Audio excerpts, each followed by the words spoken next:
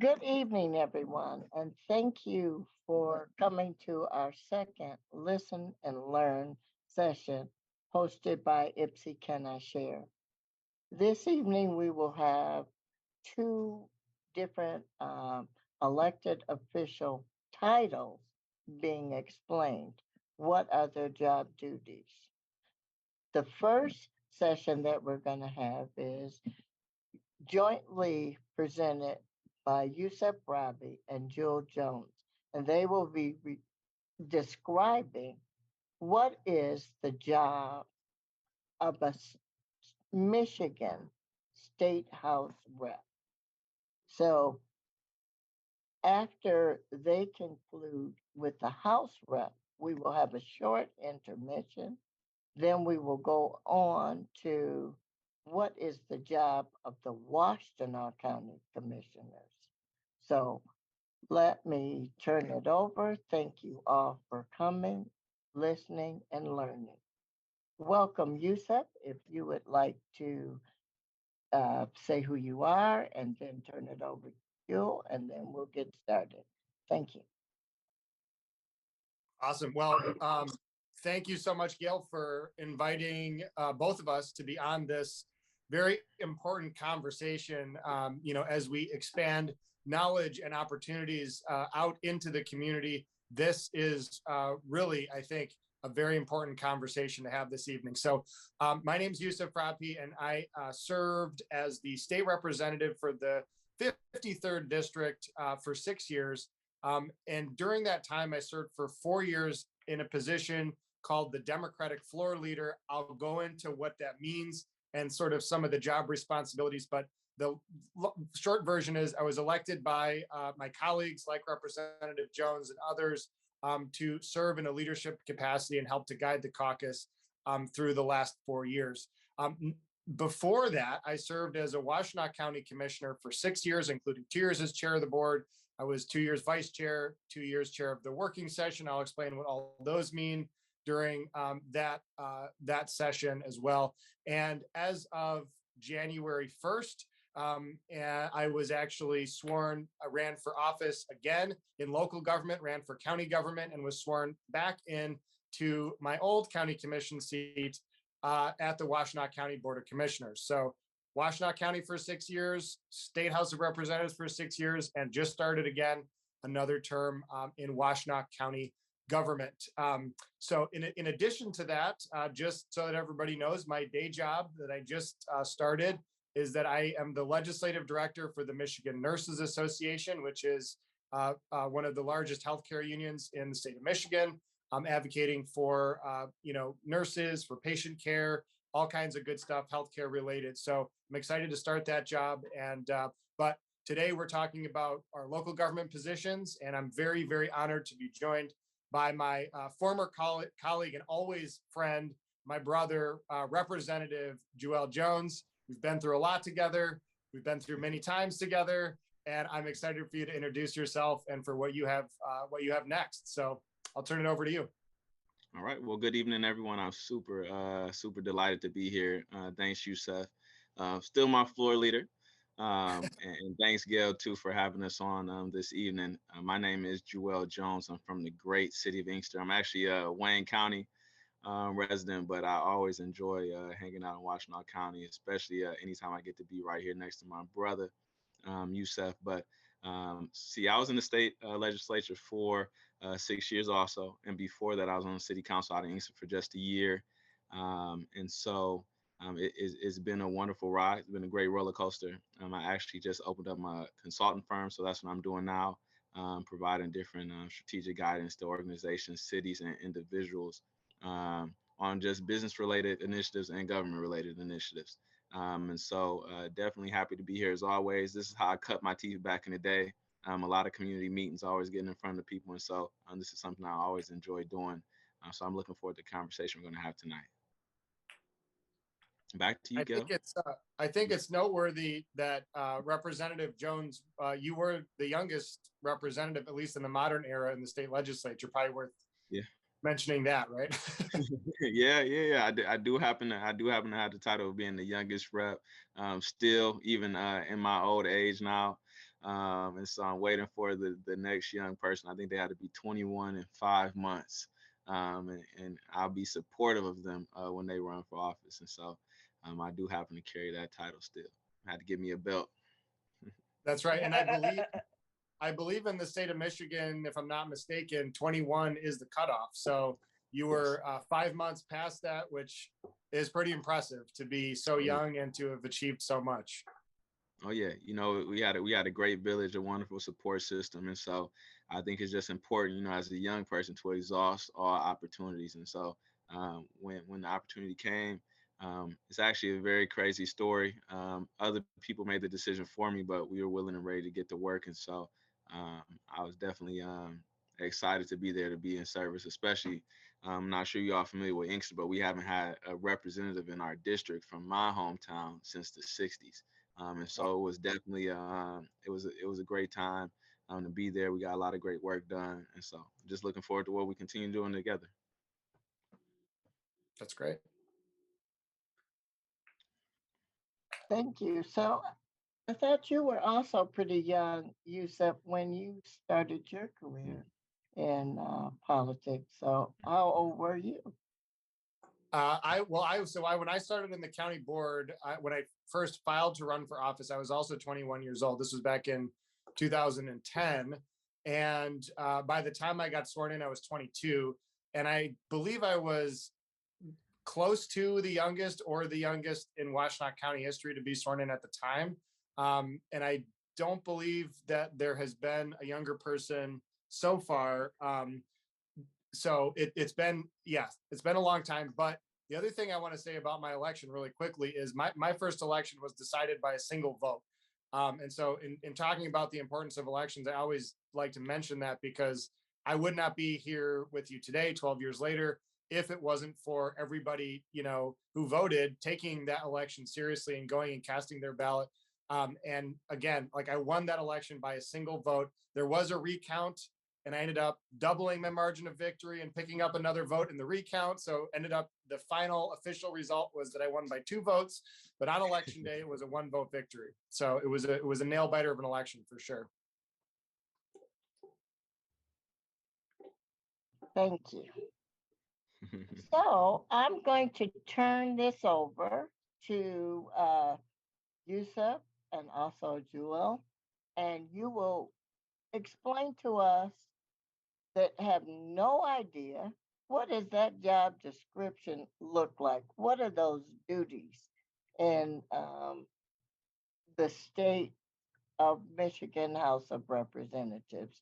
That way, one of the things I believe is knowledge is power, and we everybody looks for us to find us to cast our vote, and I would probably say 90% of us don't know, number one, who we're voting for and what is the job that they're going to be doing. So thank you so much. And you guys just take it away. Sounds good. So Representative Jones, do you want to start? I suppose we can, and just to piggyback, I guess, on what Youseff was talking about earlier about just the importance of people participating in politics. When I got I was on my way to the state legislature, precinct delegates heavily decided that, and so that's like when we talk about the ladder of engagement, and really starting off with elected office, precinct delegates that's like your first ticket into getting elected. And we had so many from my area. And so it's super important to have, active precinct delegates in your area. Now people need to get involved, because when the, different processes come up, being involved and having certain positions and being able to be, trusted delegates of your community always comes in handy. When we talk about I totally forgot about that story, but that is such a good thing to underscore, because people take precinct delegates for granted and they don't take it seriously. Or, I mean, some people run and they do take it seriously, which is really good. But your story absolutely underlines why it's important to have good people elected as precinct delegates. Because basically, correct me if I'm wrong, but in Inkster, there had been a huge, well-organized effort to get good people elected as precinct delegates. And when your predecessor very unfortunately passed away, there had to be somebody basically appointed to the Democratic ballot to run in the Democratic primary. And it was because Inkster had organized such a great precinct delegate and actually had all the positions for precinct delegate filled that you were right. I mean, am I right about that? Yeah, you're absolutely right. We had to get the nominee, and the decision on who the nominee becomes on that ballot was decided by a group of precinct delegates. And I think Inkster might have had 58 at the time. The next highest city probably had 10 or 12. And so when we talk about there's power in numbers, you talking about majorities and different things. It pays to have engaged residents. In the process. And so, because it's so many different technicalities that come when we talk about elections, especially in today's day and age, with so much going on in the world, we have to make sure that we have good people involved at every level of government. And because that's really the only way you can protect yourself and hold people accountable and make sure the process goes, how it's supposed to. Um, so excellent point there, Youssef. In terms of our job, though, I definitely think that it's a myriad of things that we can discuss. But the main function I would say is working collectively to pass a budget for the state. When we talk about uh, job duties, I would say, and that's one of the things I say when I was on city council too. We have a main job responsibility. We're supposed to get a budget passed. That's like job 101, in the legislature. But when we talk about our constituency services and really, taking things to the next level and not just going along with the process, that's when all these other job descriptions that come up. But you really get to create your own path in the legislature, which is the great thing about it. But I would say definitely first and foremost, getting that budget passed, making sure dollars go where they're supposed to. That's like our number one thing we're supposed to do. And there's been some challenges previously in the years because of just the breakdown, of the House, of the Senate, of the executive office where the governor was. But now, hopefully, the position that Michigan is in now, it can be more of a smooth process. But Youssef, I'm happy we can go back Yeah, and forth on this because there's so much to talk about. right, for sure. I think you're absolutely right. I mean, hopefully there is new opportunity now to do some of that. I see Gail's hand is up. I'm happy to defer to you, Gail, to ask a question, or I can launch into some of the job responsibilities as I see them too. I just wanted to, because this is a listen and learn. And when you talked about delegates, who knows what a delegate is? You reference there were 58 in your community, and you all work together in your community to bring all of the people and the knowledge together. So I just wanted to make reference of, we don't know what a delegate is, but we won't get into that on this listen and learn, but it will be something that we will bring a delegate in so that they will be able to explain what that job is. You also spoke of your job is the budget. Well, what does that mean to us? Budget from where? So if you would talk to us so that no question is too high for the person who knows nothing about those words. That's the importance of this session. So Right. thank you. Go forward. Yeah. But anyone, if there's a question after they finish describing something, if you have a question, please raise your hand so we can all learn. Thank you. Thank you, Gail. And I'd say we're a small enough group that if people, even as we're going, people can definitely ask questions, as we go too. So it looks like Rep. Jones has to step away really quickly, and I will fill in while he's gone. So in terms of the budget, so I would say that there's kind of several buckets of, what does a legislator do? And one of the primary buckets is definitely around the budget. And The quick version is, the state obviously takes in a massive amount of money, resources in tax dollars, tax revenue. And there's a number of different ways in which the state collects taxes. One of them is property tax. So we obviously, when we pay our property tax, a big chunk of it goes to the city, the county, but there is also a portion of it that goes to the state. Primarily, that is constitutionally, the state constitution basically guarantees that that money goes to the school aid fund, which is a specific subsection of the budget. But we also bring in revenue from Michigan's 6% sales tax. Not everything has the sales tax, though. There's certain exemptions like food, unprepared food products, but most other things that you buy, you pay the 6% sales tax on. That is also, the Constitution prescribes where that money goes. So 70% of that goes to schools, 20% of it goes to local communities. And then there's the income tax. 4.25% is the flat rate across the state. Everybody pays it. And that goes into the general fund. The general fund is the money that the state legislature gets to basically go in and say, this is where we want to put it. The Constitution doesn't necessarily prescribe exactly where it goes. So the legislature has the authority and sort of the leeway to be able to put it where the priorities of the legislature are. So those are really the three main revenue buckets. There are a lot of other revenue buckets that are smaller, everything from the state lottery revenue, which mostly goes to schools, to the gas tax, which you pay when you fill up your car at the pump. That mostly goes to the state transportation fund for roads and buses and other transit. And so there are numerous revenue sources in terms of how the money comes in. And then there's numerous sort of buckets where some of the money has to go, and then some of the money goes into what's called the general fund. And that's really where a lot of the budgeting ends up happening. And so when Representative Jones talks about passing a budget, we are talking about this massive pot of money, which is about, so the school aid fund is about 12 to 15 billion dollars, depending on the year. So that's all money that has to be spent on education. The legislature does set how the money is spent within that. Does more of it go to, how much do you pay on a per pupil basis, which districts get more than other districts, based on certain factors.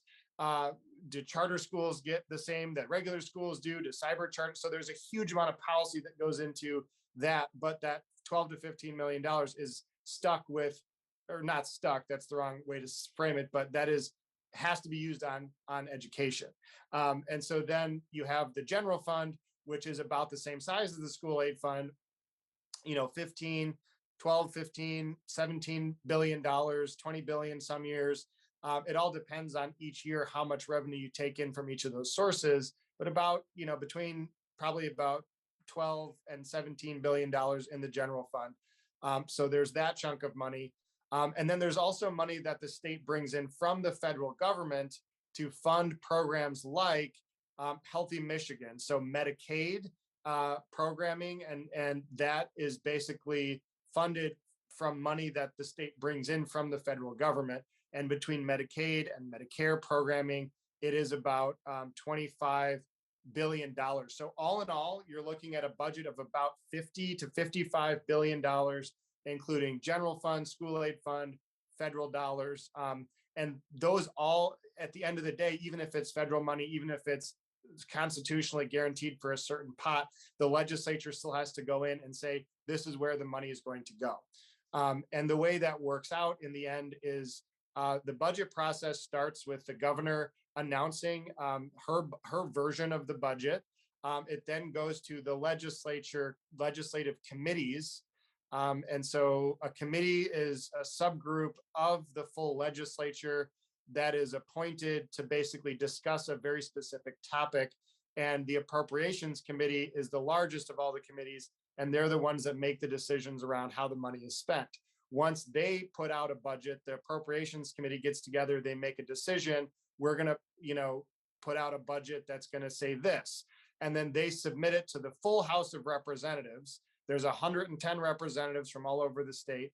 The Senate does the same thing on their side. There's 38 senators on the Senate side. So each chamber, each side, the House and the Senate, does their own process, votes on the budget, and then has to send it to the other chamber. Usually the budgets are different, and there has to be a reconciliation process to figure out how the differences are going to be worked through.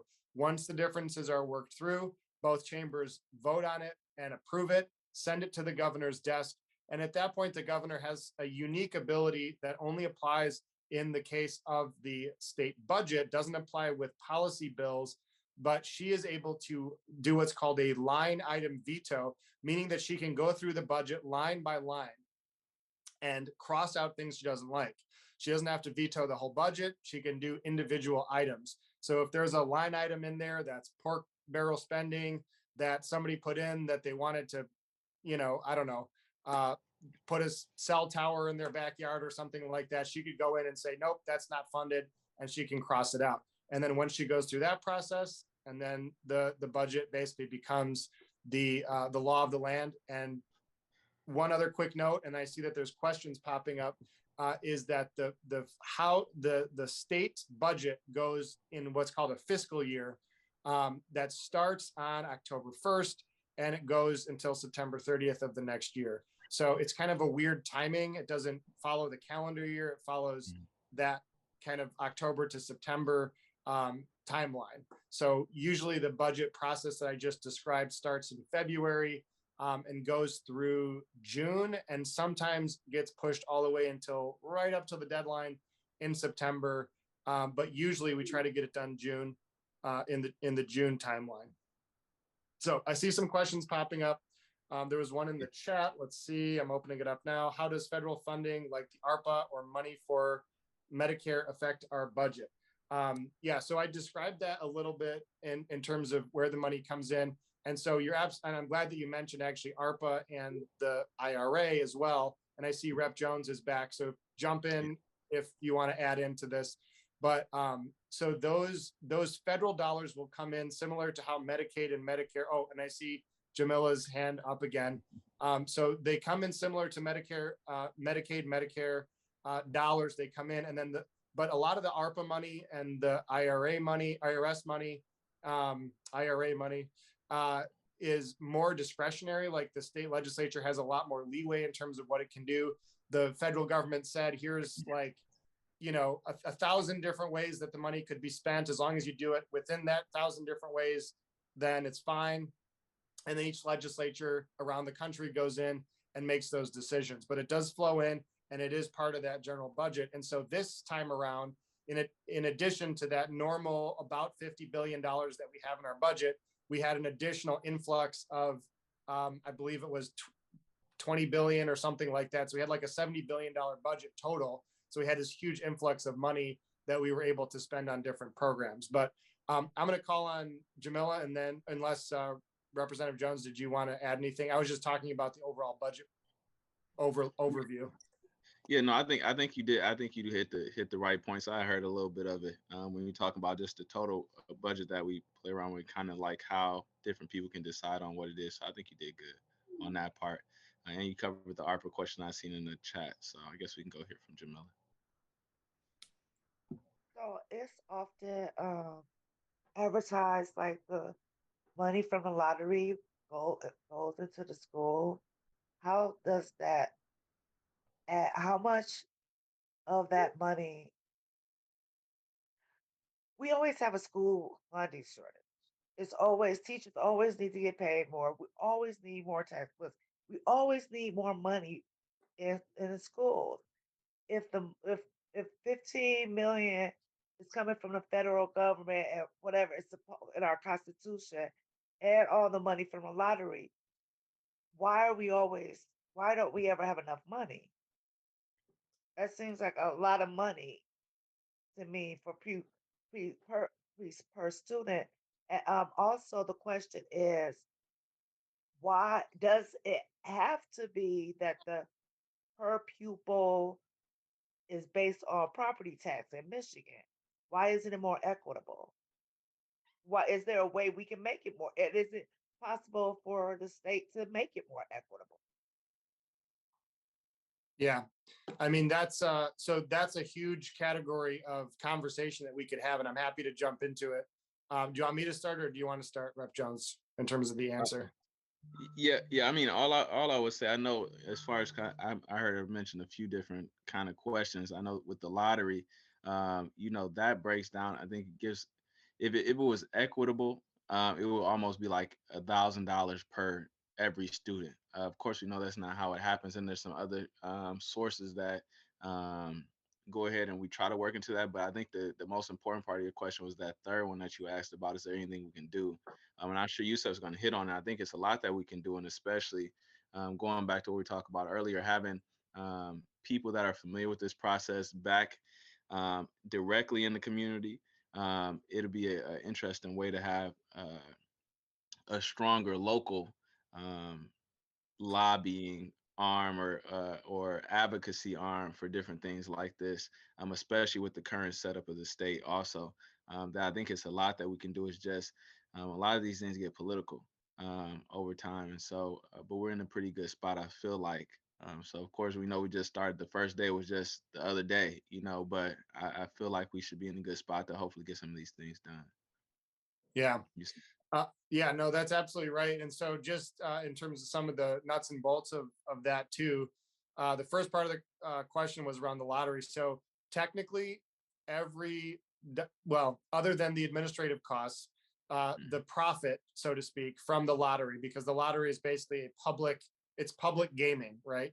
And so the majority of the money, the profit that they take in, the state takes in, does go by Constitution to the school aid fund.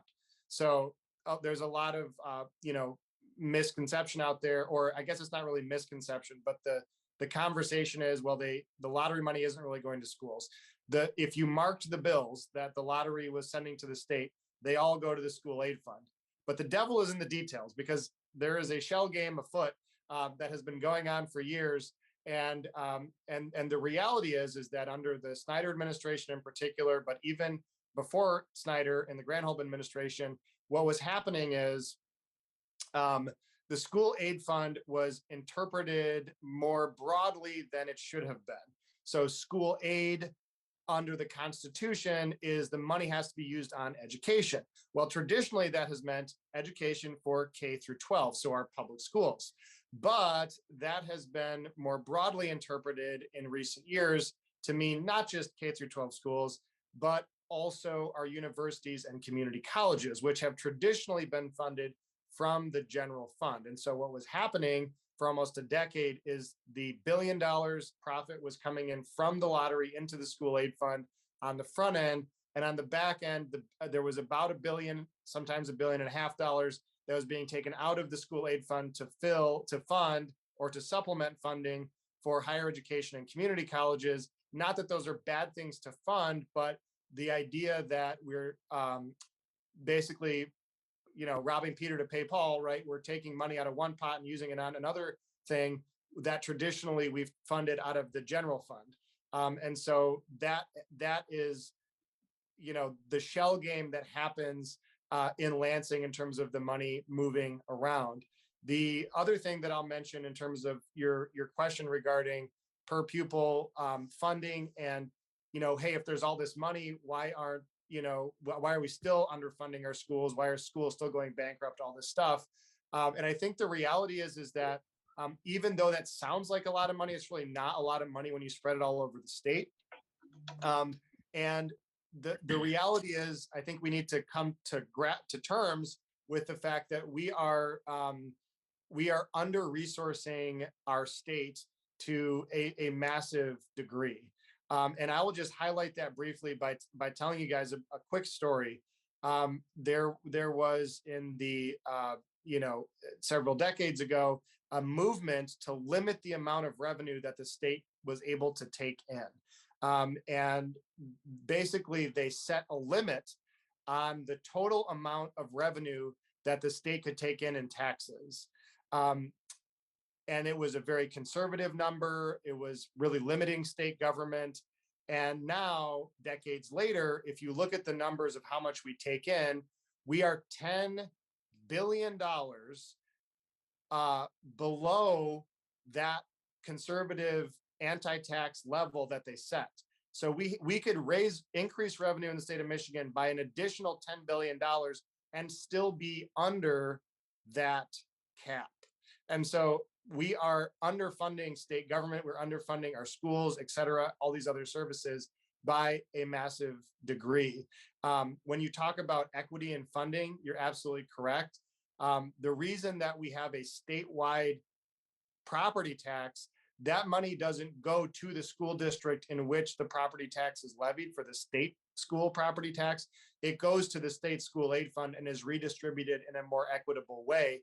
The problem comes in when individual school districts can also levy their own property taxes for very specific purposes that maybe the state bars local communities from using their own property taxes for certain things, but they can use it for things like technology upgrades. So a school district can tax themselves for buying new computers, and that creates inequity. So even though there was some controls in the system to try to avoid the inequity for wealthier districts, there are many ways still that the wealthier districts can get around those controls and still basically ensure that their pupils have a higher level of education from the fact that they have, basically more wealth in their district. So there's controls I think that need to be put in place for that to try to avoid that moving forward. But I think the bigger picture problem is we're not taking in enough revenue to be able to put out so that all of our school districts can be, equitably funded across the state. And it looks like Patrick's hand is up. And it looks like you're on mute, Patrick. So you're welcome, Jamila. Thank you for your question. Yeah, and I would like to piggyback a bit further on Jamila's question of equity. And I appreciate, I'm learning a lot here, and I do appreciate that, Jewel and Youseff. But in terms of the education budget, no matter what the amount may be from year to year, is there a better way of establishing equity through the educational system and funds throughout the state so that there is far less disparity between the haves and the have-nots when it comes to our kids' education? I mean, isn't there something that could be done, even within whatever constraints the budget has? It's just a question that, as representatives, if there is something maybe the citizenry can work towards together and collectively, collaboratively to get to a greater sense of equity when it comes to our kids' education. Yeah, Yousseff's back too, but I think that's a great question, though, Patrick. And even myself personally, in Inkster, the school system got dissolved years ago.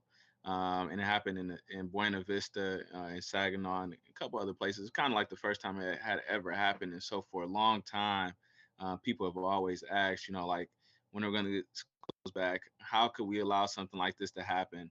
And really just quite honestly, there's definitely a divide and disparities that are clearly seen across the state.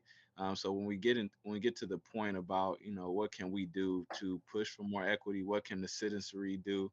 Like you asked, to advocate better, is really just figuring out how can we all get on the same page. I mean, we can see it clearly with the transportation conversation, even when we're trying to get a few of the counties to come on the same page so we can kind of connect our cities with a sense of mass transit. Is kind of like the same thing on the educational front. It's just about how do we get people to be more understanding, because of the way that the funds have been rolling down. I would say a lot of people have gotten complacent with the system just being how it is, and so we don't have a lot of people involved that's advocating, that's making a lot of noise about it. You know, when you go to one school district, you may see books from the 90s, you know, from the 80s. You go to another one, you have updated books that, you know, from 2021, 2022. So I think just the energy has to raise more, and we got to get more people in some of these rooms where decisions are being made, because it's one thing for us to advocate for, but a lot of decisions that are really impacting us are happening in rooms where people are not at those committee meetings. People are not at those board meetings.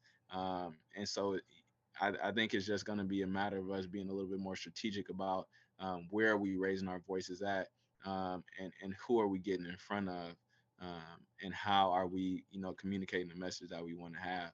And so it takes just more strategy. I think it can be done, but it's just really a matter of being in the right place at the right time, talking to the right people.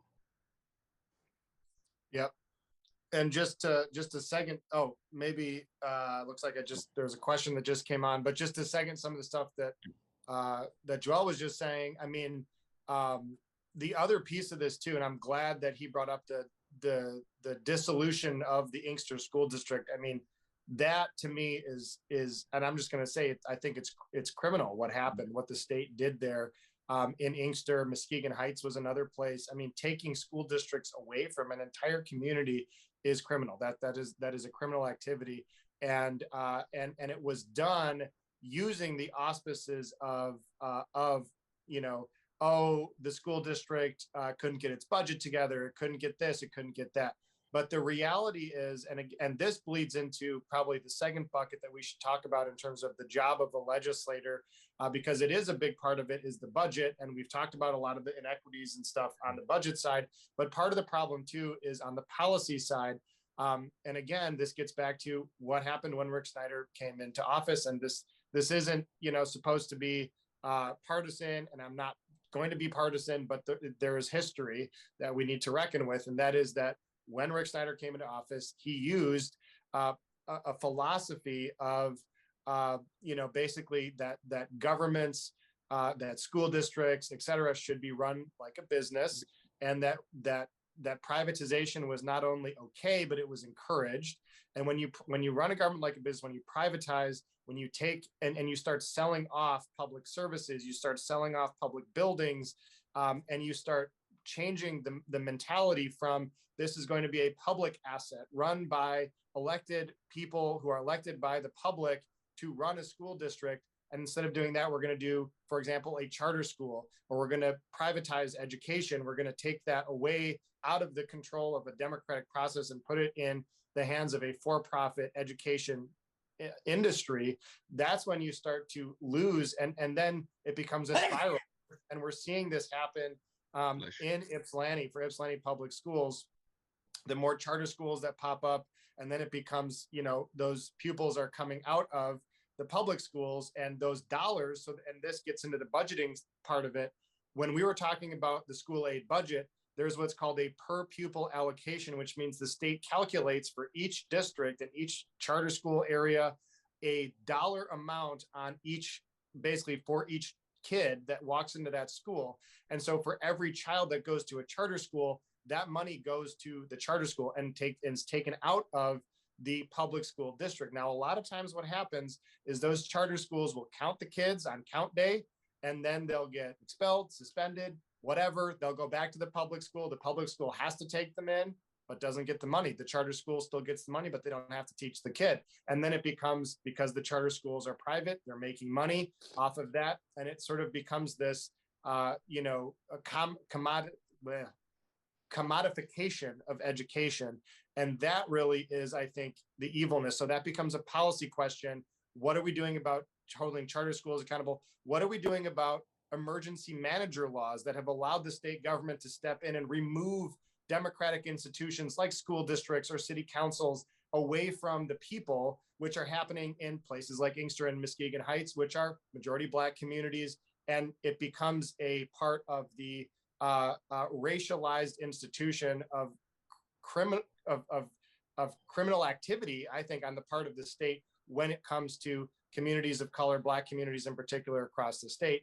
And that's something on a policy perspective that Rep. Jones and I, we were voices on that as legislators, and that was part of our job. And particularly, I mean, I often deferred to Rep. Jones as somebody who's coming from a community that had their school district dissolved. That's not okay. And he was a fantastic advocate for that and pushing back on what was happening. But again, the dynamics of control in the state legislature, they weren't what we wanted then. Now they're changing. Maybe we have an opportunity.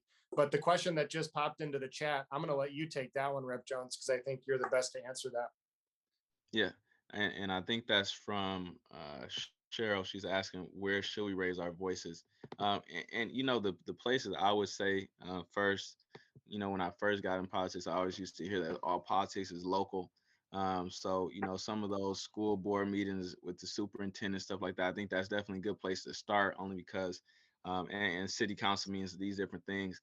Because what I've found to be effective sometimes is getting different resolutions in some of these local rooms, and you get a bunch of those on the local level. Then you take it to the county level. Then you can take it to the state level. And by that time, you've built up such a strong track record of already bringing people together that when you get into some of these rooms, like the Michigan School Board, for example, or one of the committees out in Lansing where they're deciding on laws, that you say, hey, I've come with this entire list.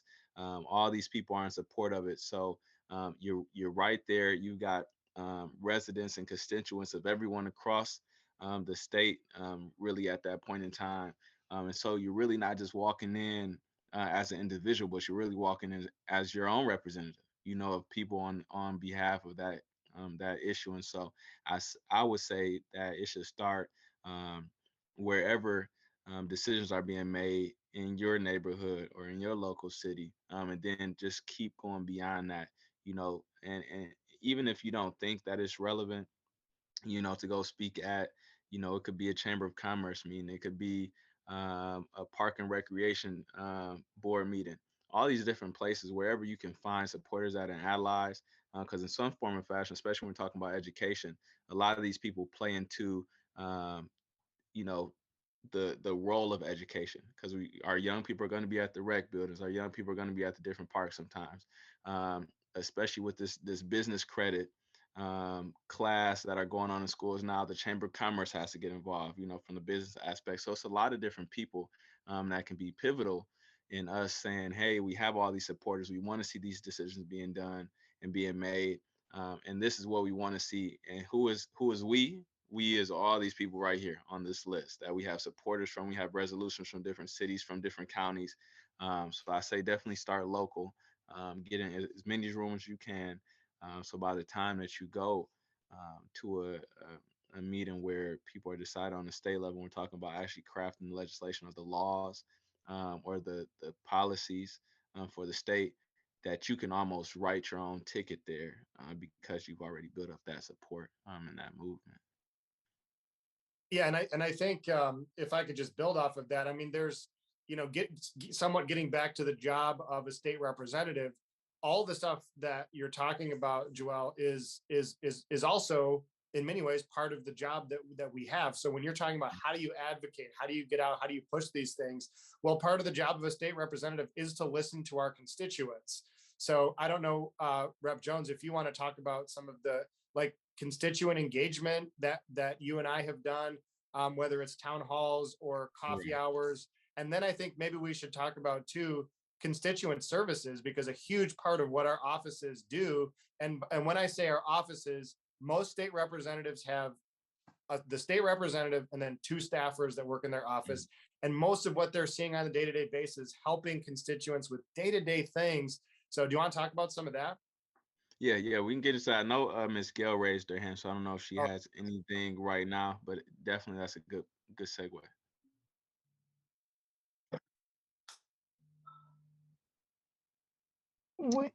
Yeah, for it. Okay. My question is, you're making a statement and people getting involved. If the people are excluded from this information, as far as number one, who's their state rep? That's the first question that everyone has. Number two, how would the people who are the least amongst us know that they can call a state rep. With Can I Share and our empowerment cards that list, a name and a number and an email, other than what we've given to people, no, probably 90% of the people that would want to call you to, ask for help, that information is excluded from them. So when we talk about exclusion on purpose, this is on purpose. The only time that you can find every single resident is when you're looking for them to vote. After voting, show me where information is given to the least amongst us so that they would even know that they could call as a constituent. Yep. Well, and I think that gets again to the question that I was kind of setting up there of it in my opinion is part of the job of the state representative to get out into the community and to even get out beyond your community and to have these conversations, to partner with organizations like YCIS Can I Share. And so I think, Rep. Jones was about to talk about some of the constituent outreach and constituent services that we do. But to your point, I believe that does not necessarily, even though it's what legislators should do, it's not always what legislators do. And so, there's, I think one of the reasons why we wanted to have this conversation was to say, this is what a legislator should be doing so that you are all aware of what that standard should be. And when you see that not happening, you know better, basically. And you can say, nope, you're supposed to be answering my calls. You're supposed to be helping me out with this stuff. And if you're not, then, that's not, you're not doing the full suite of responsibilities that a legislator is supposed to be doing. So Rep. Jones, you want to talk about a little like what you've done in terms of constituent? Because I think you've always done a really good job of really trying to meet people where they're at and bring people to the table. So Yeah, well, I appreciate that, my brother. And I think that's incredibly important. The point you mentioned about this call is definitely going to let you know what the state rep should be doing, or whoever the elected leadership is.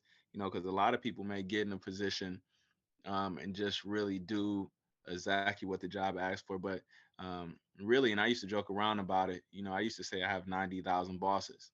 And so we're really at your service, when we get in these different positions.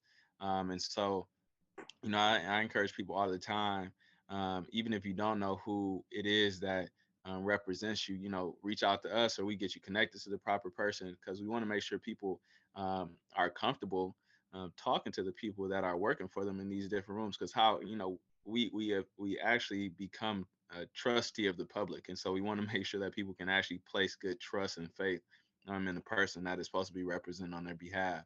But in terms of just meeting folks where they're at, I know Youseff mentioned the town halls, the coffee hours, different things like that. I used to be doing a lot of neighborhood barbecues or block barbecues and stuff, and just going to a lot of different events. It's important to show up, because I think our presence sometimes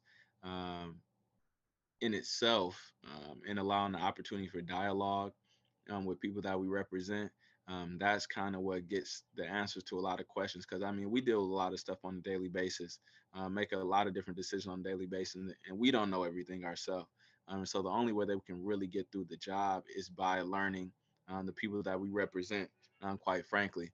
And so, it's extremely important for anybody in office to be out front in the public.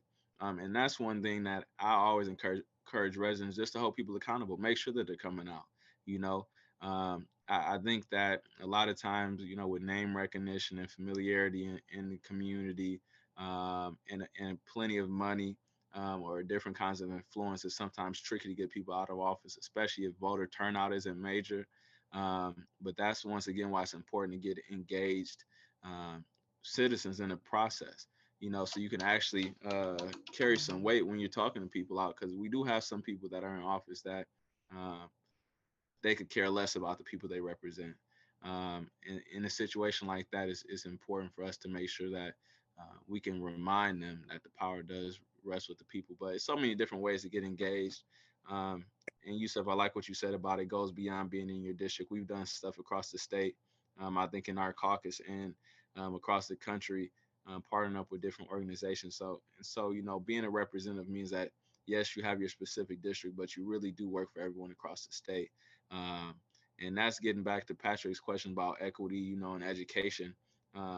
It's just important for us all to gain a greater understanding of all of our neighbors here in the state, so we can speak to each other. And by building those partnerships and kind of having those relations, we can really cut through a lot of this BS that we see happening in the state, instead of just being in our own silo. Yep. Well, and to that point, and I think that's an absolutely great, encapsulation of everything that we're talking about. But one very specific example I want to give is actually an example of what Representative Jones did several times for me. So in addition to really getting out and meeting with people, you have to know that your representatives are supposed to be, and this is how I kind of coin it, is we are your attorney when it comes to state services. So if you're not getting the food assistance that you need, if you're not getting your unemployment checks, if you're not getting something like that, you call us and we are advocates for you. Doesn't mean we can wave a magic wand and get you your unemployment check, but it means us and our offices, we will do everything that we can to advocate for you through the system. And so Rep. Jones, on a few occasions, I would get texts from him, from somebody who happened to be a constituent of mine, but was somebody that was somebody that he knew. Maybe it was a son or a daughter of somebody in his district that was going to the University of Michigan, and that, or a friend of his or something. And on several occasions, he'd reach out to me and say, "Hey, I've got this person. They're trying to get their unemployment check, or they're stuck in, they're trying to get something, medical care at the hospital or something like that." And just really not, because a lot of times what representatives can do is they use excuses. So if you go to them and you say, hey, if it's, and you go to them, you say, "I need this service." And they're like, "Oh, sorry, you don't live in my district. I can't help you out." Right. But the right way to do it is what Rep. Jones used to always do, which is somebody comes to you and says, "Got this issue." He looks you up. He's like, "Oh, you don't live in my district." That's not a dead end. That should be an opportunity for the representative to say, "I'm going to refer you to the right person." Right. And so just like he was saying earlier of, contact us, both of us, if you don't know where to go, we'll send you to the right place. Well, he used to do that all the time. And I do the same thing. And so it's just like, that is an opportunity. You are citizens, you deserve this service. And I actually just, even the other day, I have a friend of mine who has, some very intense medical issues and is trying to get on Medicaid, and was having a lot of issues, and just, was trying to read online and trying to figure it out for herself. And I said, contact your state representative, contact your state legislator and get that conversation going. Because like I said earlier, remember where the federal dollars go? Federal dollars for Medicaid, Medicare go to the state, and then they go and they're distributed down to individuals, to health plans and stuff like that. And so if you have an issue with Medicare, Medicaid, it's sometimes Congress people will help, but more often than not, it's going to be your state representative, your state senator. And so I mentioned to her, "Hey, contact your state rep." And she hadn't even thought about that she could do that. But that is, I would say, probably 50% of the job of state representative, of our offices, is actually helping people access state and federal services. And usually 9 times out of 10, if we cannot help you directly, again, we will refer you to the right place, the right federal agency or the right congressperson's office. And if the legislator's office is doing it right, they will take every one of those emails and get you a response, at least saying this is where you need to go, and try to help you through that process. And this is something you can tell all your friends and neighbors. that they can and should be doing, and they should be seeing their reps and senators as a resource in that way. That's right. So are there, I don't know if there's any other questions, but the other thing that we didn't really talk about, so we talked about kind of the appropriations budget side of things. We talked about, offices and what they should be doing, the constituent outreach aspect, as well as the constituent services in terms of helping to access state services. But the other thing I want to mention really quickly, that is another core component of being a state legislator, is really being in the state capitol, voting on legislation, being part of the committee process, which I briefly outlined earlier, where you sit on that subcommittee of the body. There's at least a dozen, maybe 24 committees, and they each serve different functions. One, like I said, is on appropriations. Which committees were you on, Rep. Joe? You were on Military and Veterans Affairs, I think.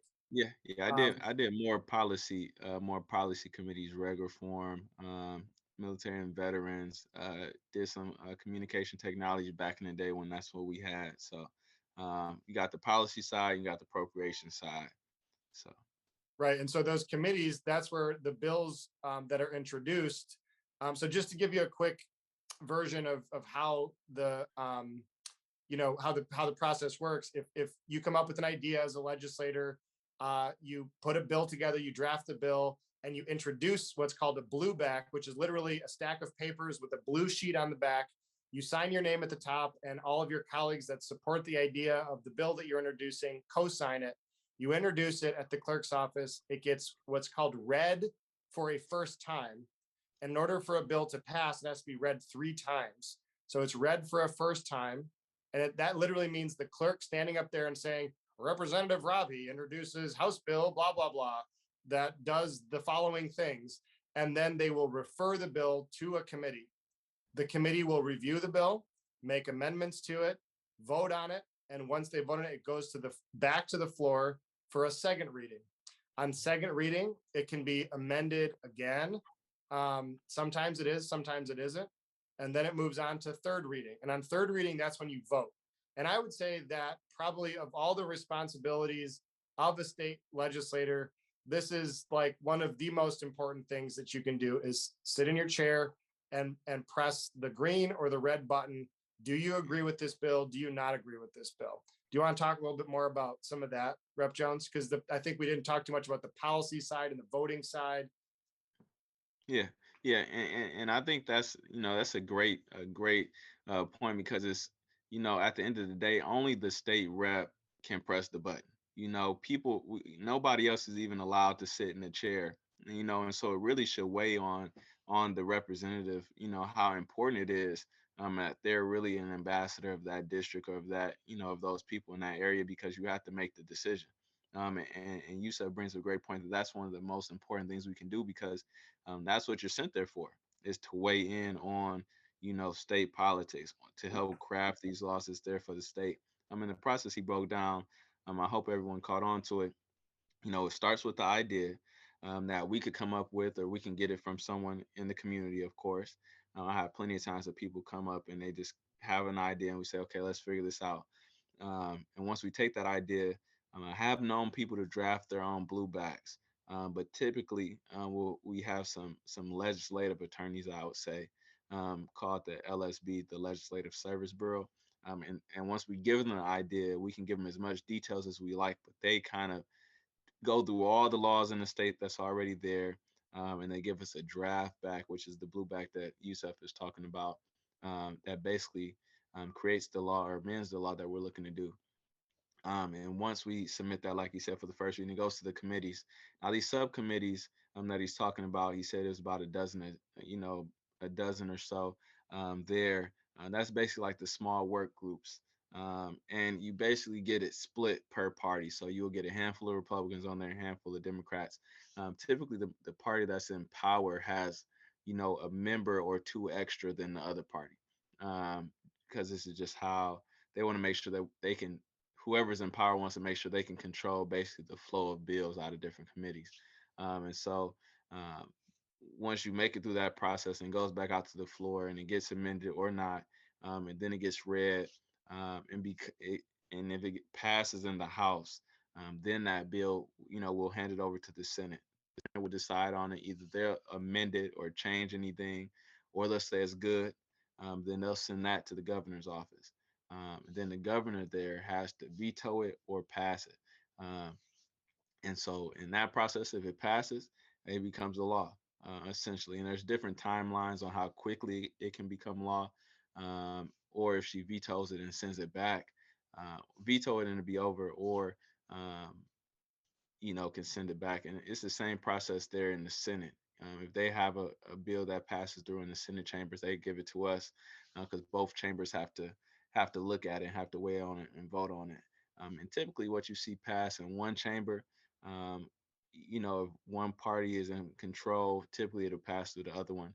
And a lot of discussion happens simultaneously on bills too. So even if it's in the House, the Senate is probably already watching it go through the process. They're probably figuring out what they're going to do already. So it's a pretty simultaneous process. But again, politics gets involved. And so depending on what bills are up and what ideas have made it that far in the process, even if this is a really great idea over here, if the appetite of the chamber is saying they want this bill over here, they're going to figure out how can they negotiate to get different bills through. So that's where the politics really sets in when those bills are going through the second and third reading. But definitely excellent point that you said. And Very so important process. once the bill gets in front of you and there's a vote, you basically have to decide in that moment, is this bill, something that you can support or not? And you literally either press a red button or a green button to indicate your support or opposition. In order for a bill to pass, it has to have a majority of the members. And what you'll see is if you attend session, which any citizen can come to the state capitol and sit in the gallery. We call it the gallery, and it's basically a balcony above the chamber.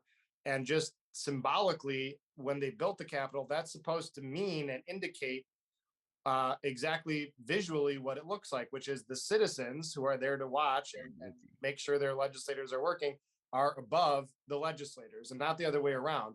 The legislators work for you. And so you are above them. You are watching what they're doing. And I think symbolically, that's how the building was even built. But you can go and you can watch. And while you're there, when a bill goes up for a vote, there's a board that goes up and all the last names of all the legislators go up on the board. They all start off white and they either turn red or turn green, depending on how the legislator votes. And so you can watch that happen. Incidentally, you can also watch this at home. There's on the state House and the state Senate, each on their websites, have a link to a video. You can watch it live. You can watch it after the fact. They save the videos. They archive them for the entire term. So you can watch an entire proceeding of a state House or a state Senate meeting. You can see how the votes went down. And that is all available to the public. So there's plenty of ways to watch what's going on and to get involved in state government. So yeah, I think that's like the quick version. I know we went on for about an hour here, but that is the quick version of state government and most of the roles and responsibilities of a state legislator. Unless, what do you think, Rep. Jones? Are we missing anything, or was that a pretty good overview? I think it was a good overview. And one other thing I would just say is that we just have to be good stewards of the seat. Like in terms of succession planning or sustainability, we have to, as a legislator, especially when we're on our way out, or we were on our way out, we're out now. But it's important to make sure that we participate in the transition of the people that are coming in after us, whether it's someone that we support or not. It's always important to make sure that there's no lag, of progress when it comes to serving, delivering a quality service to our people. So I say that's like, one of the final things I would say just off the top of our heads is that we have to be good stewards and let people know that it's possible. It's a lot of people that want to be involved in different, whether it's the state legislature or not, people that want to run for different things, people that want to be a part of different things. We have to let folks know it's possible, that there's still good people that's doing it, and figure out how we can be a support, while we're in that seat for anyone that's interested. So. You reminded me of a few things that I was supposed to say. A reminder, well, or not even a reminder, some of you may not know this, but when you contact a legislator's office, one of the things you can ask for is the state house, the state legislature actually puts out publications, which are little booklets. You can get copies of the federal constitution, the state constitution. There's booklets on services for seniors, on recreation in Michigan, and there's a booklet on that's basically a citizen's guide to state government, and it has all the pictures of all the currently serving state legislators and executive branch members. So you can call your state representative's office or your state senator's office today, and you can say, hey, I want a copy of this. Can you mail it to me? And they will usually mail it to your house, or you can pick one up at, usually when they have events, they'll have these documents with them. The other thing I want to mention too, that you reminded me of, Rep. Jones, is some people may not know, you said we are out. You and I are out. Why are we out? Do you want to maybe explain term limits really quickly? Yeah. So we are out, and there's actually something new now that maybe some of you may have participated in, in the last election, that term limits kind of have extended. I want to say they extended for sure, but at one point in time, especially when we first came in, you could serve in the state house for 6 years. So we have 2-year terms. You could serve up to 3 of those 2-year terms in the state house. In the Senate, they have 4-year terms. You can serve up to 2 of those, which would be 8 years. So in total, before this point now, you could do up to 6 years in the House, 8 years in the Senate, which is a total of 14 years.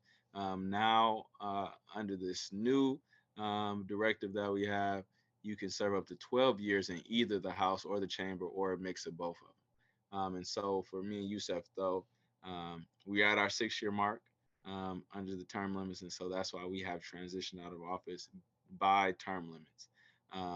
And so we are now free, man, like you said, on January 1st. So December 31st, 11:59 p.m., 2022. That's when we concluded our time in office based on term limits. So.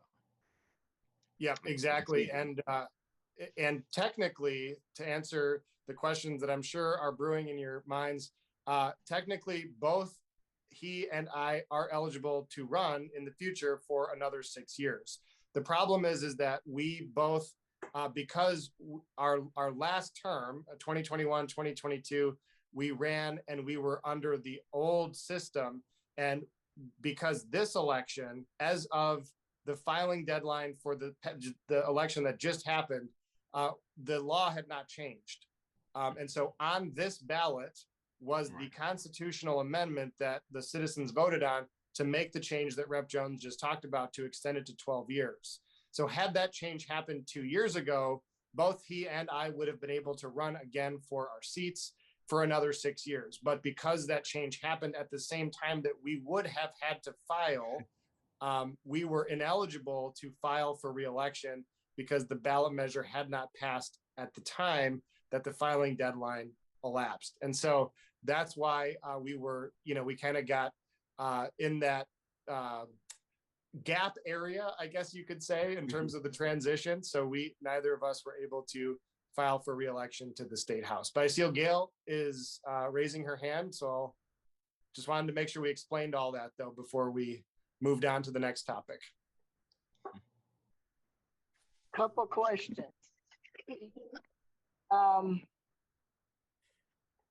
This past week, someone asked me in Ann Arbor who was their county commissioner.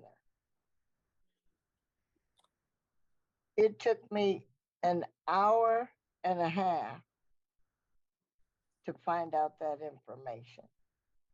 Wow.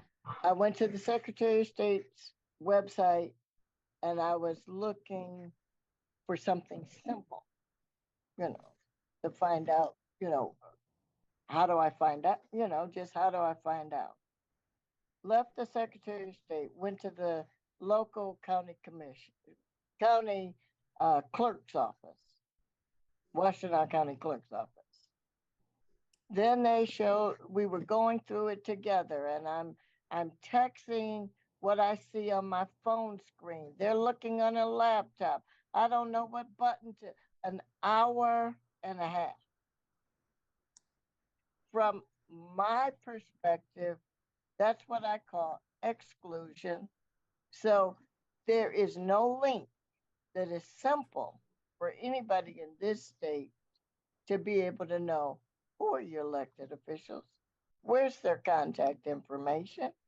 So we say call them, but until you search the web yourself, how easy is it to find? That's my first one. Second one, when we talk about the duties, for somebody who doesn't know anything, I don't want you to send me a booklet that I'm supposed to read and have understanding, and I don't get past the first paragraph when I know nothing. So we have to think about who are we, who's our target? We, I don't read maps. So why do you keep showing me a map? All I want to do is put an address in and give me all the information, very simplified in 2023. That can be done. And the fact that we're not meeting the people's needs as a whole because nothing's simplified in this day of technology that's supposed to be simple. Goes back to exclusion again, because only those that know how to find it can find it. That's just a statement. I'm not looking for you to respond to it. I'm just telling you my experience. And for people not to have information, the belief that I have is it's on purpose. Otherwise, the people that have stayed on this call who are listening for a first time, they didn't know. Right. So we have to, talk truth of exclusion. Otherwise, if you find the people, like I said, when you're looking for them to vote, everybody can find them. Mm-hmm. After the election is over, where's the link? Well, and to that point, so a couple things that I'll say, and then I'd be happy to transition to talking about county government if it's a good time. But what I would say is that underscores the invaluable nature of conversations like this that Gail, you are organizing, and I hope, and it sounds like you're going to continue doing these, but that's why these are important, and that's why the group Ipsy Can I Share is so valuable, and the website that you have, because you have compiled all of these numbers in a place where people can use them. But it doesn't take away from the responsibility that should rest on the local governments or on the state government or on even Secretary of State, local clerks' offices, to make sure that that information is front and center and that you don't have to spend an hour and a half to find it. That's ridiculous that that it's not more accessible. And so it's a point well taken. And and to your point about voting, the one way that you can put in an address that I know of in order to find your districts is if you put in your voting address for voting, and that's when it will pop up. But to your point, it's all about elections and voting. It's not about how do you then interact with your elected officials. So that's something that needs to be solved, and sort of a reframing needs to happen in that context. So that's a point well taken. Do you want me to transition to talk about county and at this point, or? Sure. Any other questions on House Reps? Did we go into county commissioners?